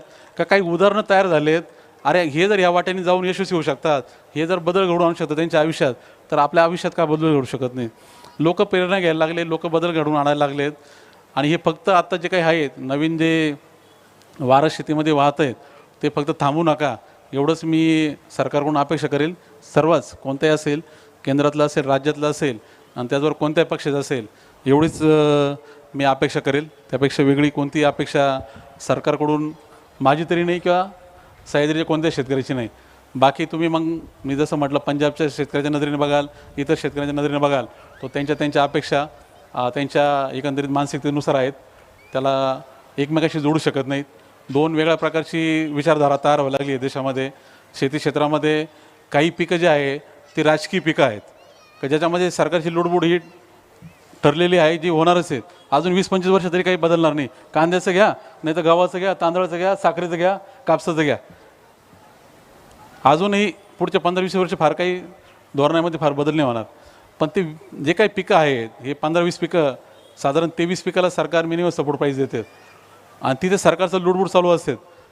मिनिमम सपोर्ट प्राईसच्या नावाखाली सरकार भाव अजून कोंडून ठेवतात आणि किंवा इतर कोंडी करत राहतात. तर ती जी काही आहेत ही पिकं ही सोडून कमीत कमी 70 पिकं अशी आहेत का जी व्यावसायिक दृष्टीने जागतिक बाजारामध्ये इंडस्ट्री म्हणून उभे राहू शकतात. आणि अशी सगळी पिकं, त्या पिकामध्ये सरकारचं काही धोरण असो, काही कोणत्या प्रकारची त्यांची एकंदर नीती असो, त्यांची प्रगती काही तर कोणी थांबू शकत नाही. त्या क्षेत्रात त्या पिकातले शेतकरी हे त्यांचा बदल घडवून आणणार. त्यांना फक्त एकच दिशा आहेत, त्यांना एकच मार्ग आहेत का ती बदल घडवून आणायचा असेल तर त्यांची संघटित ताकद तयार करावी लागेल. संघटित ताकद शेतकऱ्यांची जे आंदोलनासाठी आत्तापर्यंत वापरली गेली असेल, ती आंदोलनाला तिकडं दिशा द्यायच्या ऐवजी ती त्या शेतीला उद्योग म्हणून उभ्या करायच्या दृष्टीने जर लागायला लागली, तशी व्यावसायिक त्यांची जर एकंदरीत नीती व्हायला लागली, तर एकंदरीत शेतीमधला बदल दिसेल. सह्याद्रीच्या माध्यमातून जे काही आतापर्यंत मी शिकलो ते तुमच्यापुढं या निमित्ताने मांडायचा प्रयत्न केला आहे. ह्या व्याख्यानमालेच्या निमित्ताने आज हा सार्वजनिक दृष्ट्या हा विषय मांडता आला. शेतीला आपल्या सगळ्या शहरातल्या लोकांपुढं थोडंफार एकंदरीत धोरणाच्या निमित्ताने स्पष्ट करून सांगता आलं. माझ्यासाठी एक ही चांगली पर्वणी आहे. व्याख्यानमालेच्या निमित्ताने ही पर्वणी आज मिळाली.